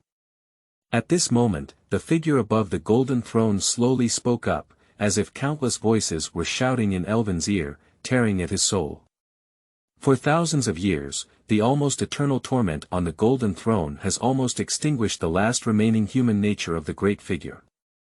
Countless voices that have been stripped away speak to themselves of the joy of victory, disappointment with betrayal, lamentation for death, hatred for failure, and hope for humanity, he said. Evan Stimson, a pure-blooded human from the 2K era, the 22nd genetic pathogen, the Emperor's most powerful tool, calls most proud creation, the honorary commander of the Supernova Legion. A fraudster, a blasphemer, a coward, an atheist, a ridiculous utopian warrior, the guardian of the imperial sanctuary, a useless loudspeaker, and a pitiful creature predetermined by fate. A torrent of sounds roared through Elvin's mind like a hurricane, leaving no trace of emotion behind. Only knowledge as elusive as stars remains, hidden in the dust of history, and future images that keep him on going crazy. Finally, the diverse voices began to slowly gather and completely condense into one sentence, a majestic and cold voice. Su Su. My child. This is part of the plan. He saw the Emperor slowly stand up from the golden throne, his terrifying psychic energy transformed into a hurricane, lifting his shattered body straight to the sky. The uncontrollable energy tore open a huge fissure in the sky of Terra, making the soul tremble. In order to prevent the cracks from expanding and the disasters from the subspace from falling on Terra, the Emperor transformed himself into a dark golden sun emitting infinite power, embedded in the cracks. The second eye of fear was like a huge eye gazing at the past, present, and future, everything known and unknown. Wearing silver power armor, he was thrown onto the golden throne, enduring eternal torment. The cold and merciless sun is still burning fiercely, and under the impact of the dark golden light, illusions from the past disappear completely without even a moment to mourn, causing the false school auditorium to sometimes distort the rotten walls and narrow yet boundless secret rooms. I know. I see the future. Elvin laughed wildly, strands of pure white feathers slowly falling off his body, turning grayish-white in the fiery light, rinsing and turning into ashes. You want to destroy all the gods, all the threats to humanity, including yourself, Emperor. He rushed frantically into the hall where there were more than 10 scattered angel statues standing, and picked up a statue head that had completely shattered in the flames. He held it in front of him, looking even more insane. Don't you want to steal the history that exists in your memory and bring yourself back to life? And the longer your target lives, the stronger you will become. Then take a look at him and stop him. Ha ha ha. With the passage of time, the light of the dark gold completely disappeared, and Elvin knelt weakly to the ground. Tears rained down his cheeks, as if he were happy or sad, murmuring words of unknown meaning. All gods will die. Including you and me. Is this also your plan? As soon as the words fell, the debris in the auditorium, along with himself, seemed to lose gravity and soar from the ground, uncontrollably crashing towards the roof, as if in an instant, under the control of an infinite force, heaven and earth were overturned. Immediately after, everything around suddenly became quiet, with floating debris, shattered statues, and colorful windows shattering like shattered mirrors. Time finally arrived. Elvin slowly closed his eyes with tears in his eyes.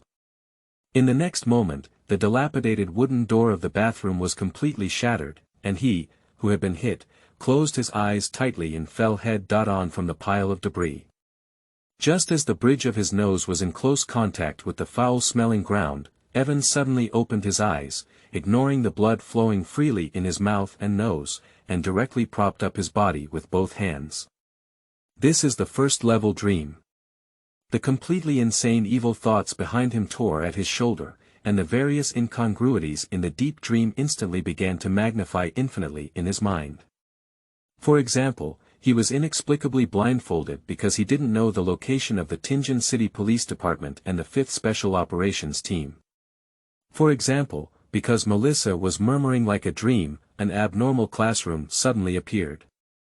For example, when getting off a carriage or entering the auditorium, losing balance due to a collision in the first-floor dream is a result of the preset fall mechanism repeatedly alerting in the first-floor dream. As self-awareness continues to awaken, those flawed dream settings eventually become absurd and unattractive. Amidst the roaring, Elvin calmly watched as the insane projection of evil thoughts surged forward, tearing apart his mortal body just like when he first entered a dream. After an unknown amount of time, consciousness slowly rose from the sea of intertwined noise, and the originally ethereal call gradually became clear from far to near. The fragmented images of the past and future are constantly stirring in the mind, yet layers of calls are heard in the ears. Evan Stimson. Evan Stimson, can you hear me speaking? In his chaotic consciousness, Elvin gradually regained himself, but felt the powerlessness and pain brought by the golden throne in his body. He slowly opened his eyes, and the bright light emanating from the already extinguished chandelier above his head gradually dissipated the haze that filled his sight. The machine behind him, emitting a burnt smell, gradually stopped running. Under the chandelier, across from the rusty iron long table, the lady wearing a classical black veil dress with a face hidden behind the chandelier light raised her hand at the edge of the long table and tapped on the slender silver pipe, emitting a familiar and deliberately suppressed deep voice. Mr. Stimson, please answer my question. What exactly happened during the containment operation? Faced with the inquiry, Elvin instinctively struggled with his body, only to find himself still confined to the iron seat and unable to move. At the same time, as the pain gradually faded, intermittent chuckles or suppressed whispers came from the shadows that the chandelier could not illuminate. The scene before him left him speechless for a long time, until the lady across from the long table knocked heavily on the slender silver pipe at the edge of the table again, with an indescribable anger in her tone. Several eyewitness records from Tianjin Technical School show that you have an unknown connection with the giant wearing silver armor. Please cooperate in answering our questions. Do you still remember what happened after the detention operation? Irving's sudden counter-question caused Saliel across from the long table to suddenly pause, and then urgently asked, "What do you know?" To be precise, what do you know? Under the strong light of the overhead chandelier, Elvin squinted his eyes, as if his gaze could pierce through the darkness that covered Sally's face. End of this chapter. Chapter 8. Strict Resistance. You are listening at novelfull.audio. Chapter 8 Strict Resistance. Under the heart-wrenching pressure, 2 short and 1 long tapping sounds suddenly came from the darkness, which made the mentally tense Salier breathe a sigh of relief and slowly recount all her experiences during the containment operation. Including noticing Mr. Pachai's abnormality blocking him, but getting injured and trapped as a result, a giant wearing silver-white armor emerged and tore off the opponent's head in fierce battle. Everything that the other party tells seems to treat the dream as reality and is firmly believed. I'm done. Saliel slowly exhaled a murky breath and continued. As an exchange, please tell me about your experiences during the detention operation. Of course. Elvin smiled and nodded, then suddenly the conversation changed. "But I want to find your manager, That captain's level is not quite enough." After speaking, he remained silent and remained silent. Almost at the same time, in a grey-white single-family villa on the Hoy River in Tingen City, Mr. Pachai sat in front of his desk, and the eyes on his head like a soy egg were turning in circles. All eyes were scanning the newly drawn astrolabe in disbelief, and the astrological results were obtained. Turning to the other side, it looked bumpy, but in the middle stood a rectangular box with a brand new copper knife, and couldn't help but whisper to himself. Fate has deviated from its original trajectory, and false memories have covered the past. But I clearly see that I am dead. What exactly is going on? Just as Mr. Pachai was painfully rubbing his densely packed eyeballs on top of his head, on the other side was a cheap apartment located on Iron Cross Street in the city of Tingen. Klein opened his spiritual gaze and concluded that there were no obvious problems. He gently patted Melissa, who was sobbing softly, and comforted her by saying, "It's all over, Melissa, it will get better." Melissa, who was almost in a state of collapse, fell into a deep sleep after witnessing the tragic scene that occurred inside the technical college in Tingen City, coupled with the deaths of dozens of classmates. Klein then lightly closed the door and sighed in concern as he arrived at the living room. The extraordinary event is really dangerous. Although he didn't know what the Mechanical Heart team in the North District had encountered. But Captain Dunn said that according to the news from the on-site police, the Mechanical Heart team was carrying powerful equipment and carrying out a mission at the technical school in Tingen City. Their captain even reached the level of Sequence 7. But the result was quite tragic, with many ordinary police officers killed, 2 members of the Mechanical Heart team seriously injured, and ultimately the operation failed, causing a very negative impact. Countless teachers and students witnessed the bloody battle between the extraordinary. So much so that Melissa, who was teaching in the classroom at the time, was severely stimulated. "Mr. Stimson, your answer is very important to us.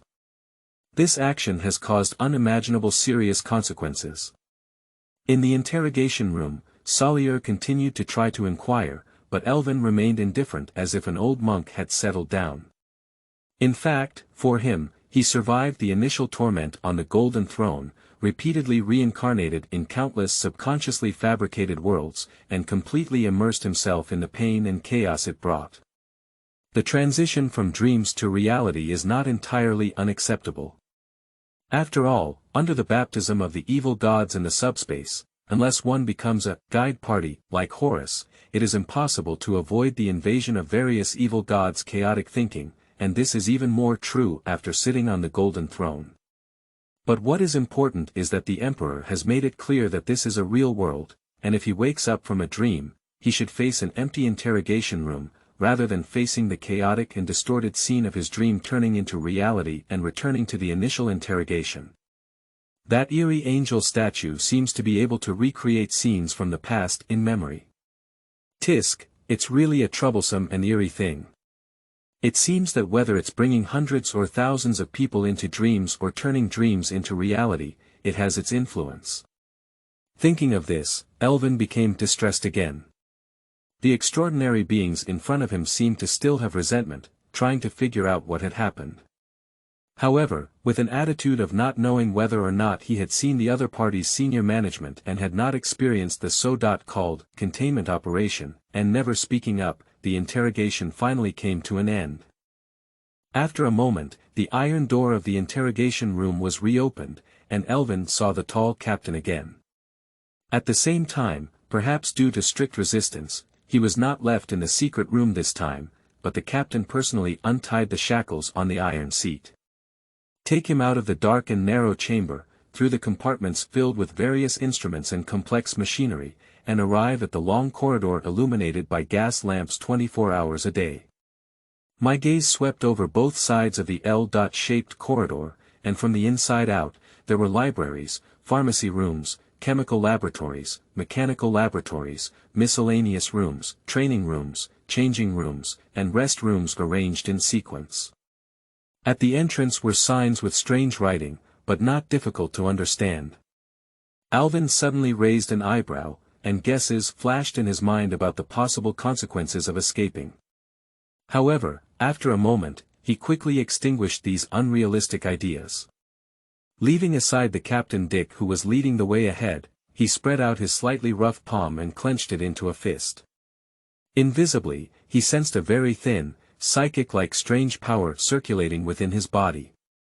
After careful consideration, it was instantly realized that not only had I lost my powerful spiritual power, but my body had also become incredibly weak. Not to mention the mortal warriors of the Star Army and the Kriegsing Legion, even the civilians whose genes have greatly evolved after the 40th millennium cannot be compared.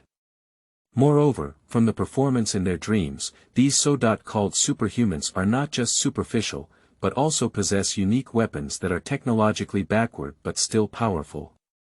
This is not a dream, and I don't have the blessings of the Emperor. Now I'm just an ordinary person. Iwan sighed. Suppressing the thought of escaping, I secretly compared the opponent's combat power in my heart. After silently passing through the long corridor, I finally stood in front of a door close to the depths of the corridor. Due to the extremely negative impact caused by this case, in order to further investigate and to ensure the safety of your own situation, we have decided to let you stay temporarily for further observation.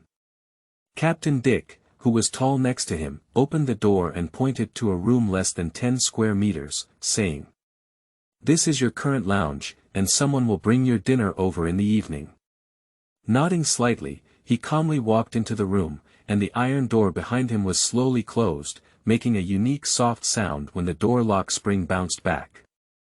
Looking up, in the not-so-spacious lounge, the equally dim gas lamp in the hallway cast a dim yellow light, illuminating the enclosed room with only a narrow single bed, separated from the opposite by a partition and a toilet.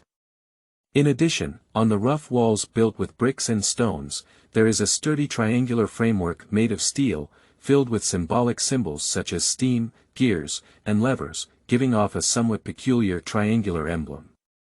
Not far away, a sign with the words, "No smoking," written in strange words shone brightly under the dim yellow gaslight. It's a bit like a confinement room. Elvin smiled and turned around without hesitation, lying directly on the thin bed, squinting his eyes and making a look of closing his eyes to rest. It wasn't until more than an hour later, without any abnormalities or the feeling of being secretly peeped at, that he began to reorganize his thoughts, trying to contact the God Emperor, answer his questions about the future scene, and how to use the powerful spiritual power of the pathogen like in dreams. So while recalling, he began silently praying in his heart. "We believe in the only Lord, Emperor.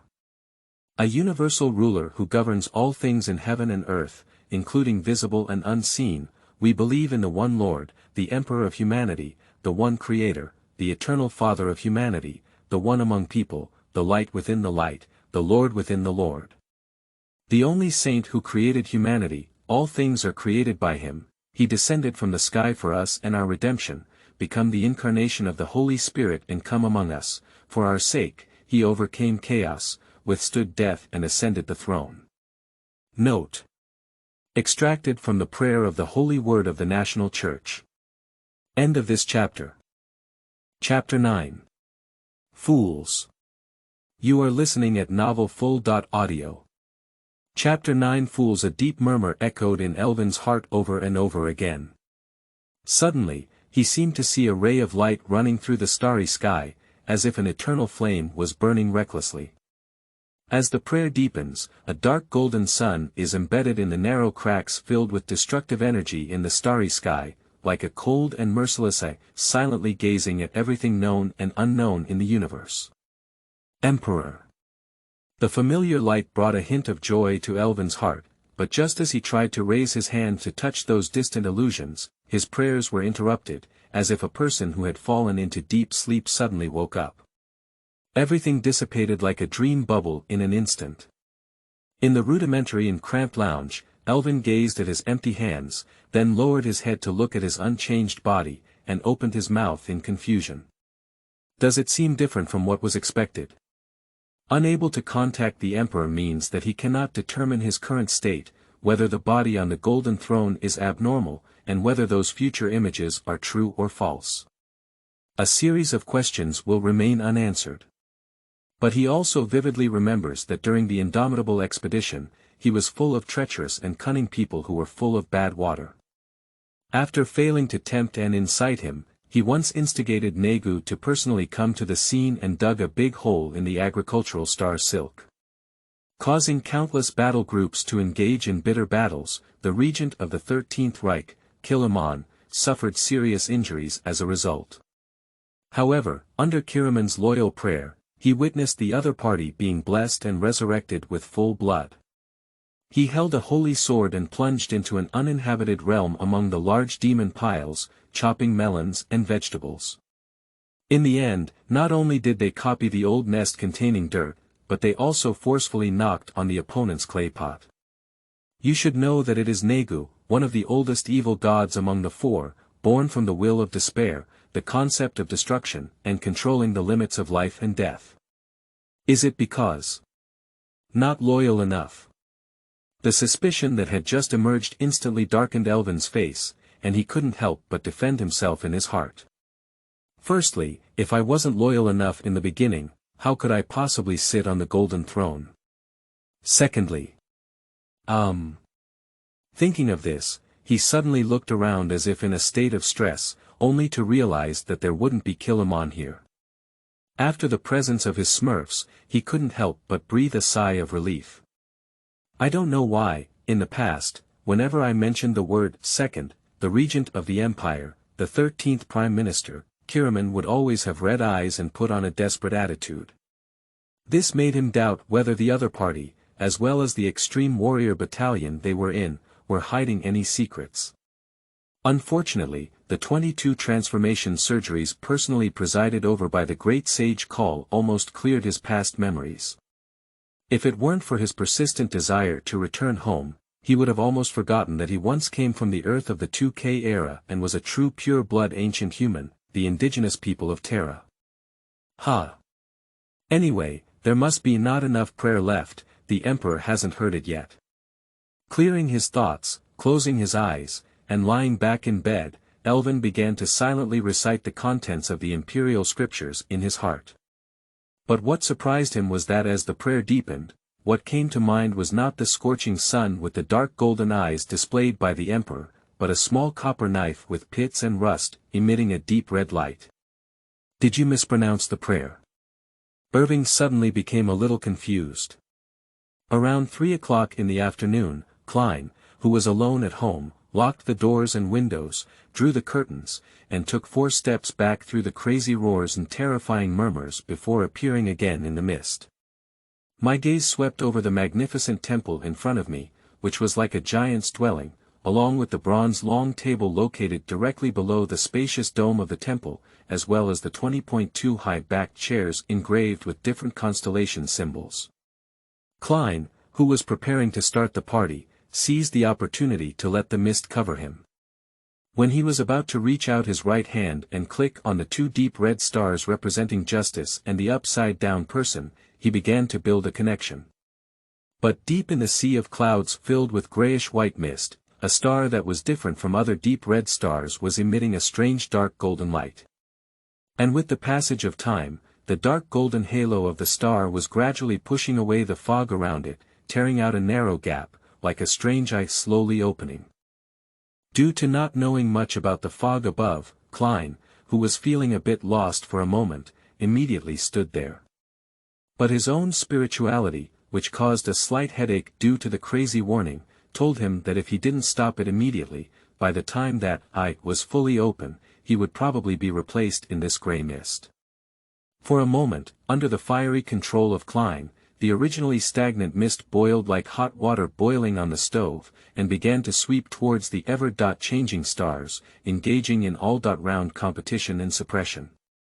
With the passage of time, the eerie eyes with dark golden haloed stars as pupils, torn gray mist as eyelids, and terrifying willpower, finally began to slowly close. The deep red glow gradually began to occupy the surface of the stars, establishing a subtle connection with Klein. However, As he utilized his own spirituality to mobilize the mist and increase his desire for control over the stars, his connection with the stars became even closer. Finally, after he was sweating profusely and completely suppressing the mutated stars, a deep red glow flashed past him, approaching the lower head of the bronze long table on the right, and a bewildered figure appeared. In front of the ancient and mottled bronze long table, Elvin gazed up in amazement, just like the buildings on the Terra Palace. The towering dome that could easily stand up from the tens of meters high battle titan mech and the outer side of the palace were shrouded in a sea of gray-white clouds, while the faint deep red stars appeared.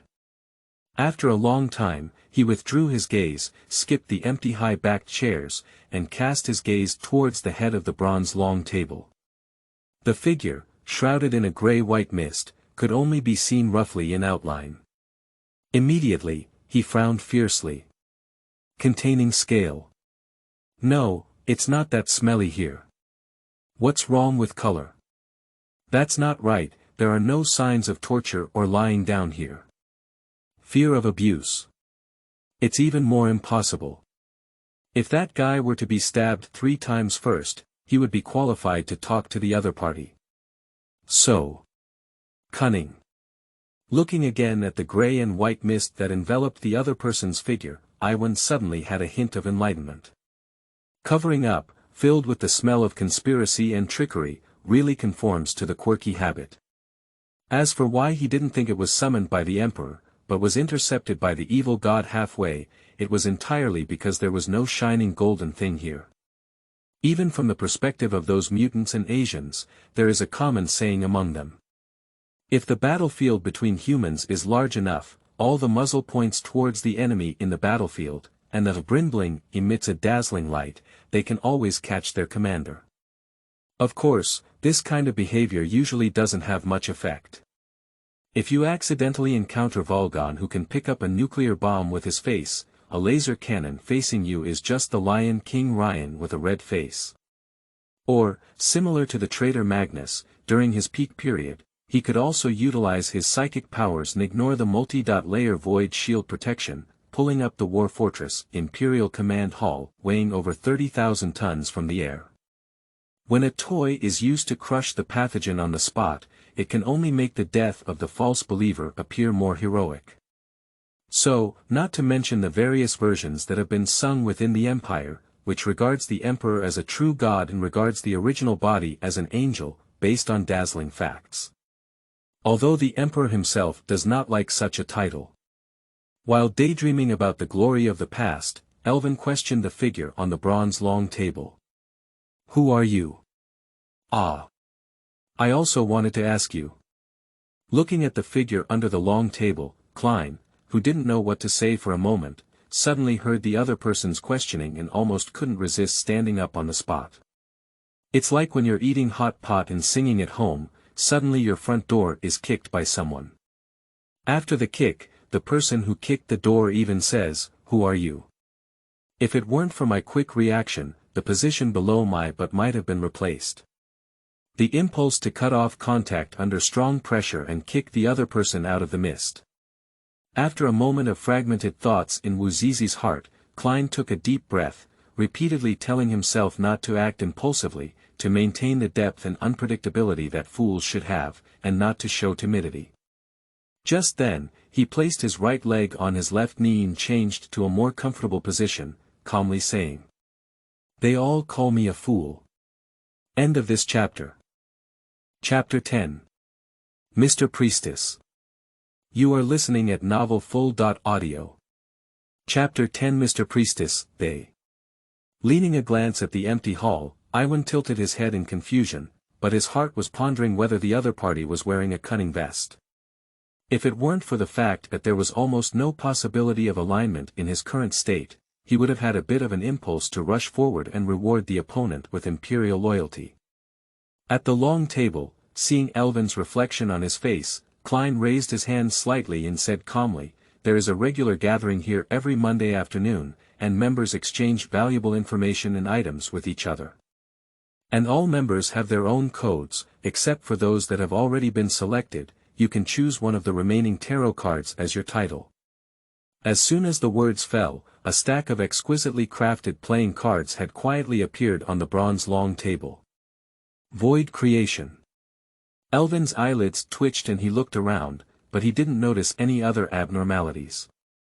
After careful consideration, he finally picked up the top card with great caution, and after repeated checks, he did not find any hidden danger. Then he habitually used Astat, the mind that could chew on rocks like tofu residue, and bit them with his teeth. It shouldn't be a real card, but it has a similar taste to the gray and white mist floating on the sea of clouds. It was only after confirming that it was just a transformation of a certain substance, rather than overturning the law of conservation of mass, that he slowly relaxed. On the other hand, Klein's eyes twitched as he looked at the opponent. After drawing the card, he did not inquire about the meaning represented by the card face, nor did he respond. Instead, he put it in his mouth and took a bite.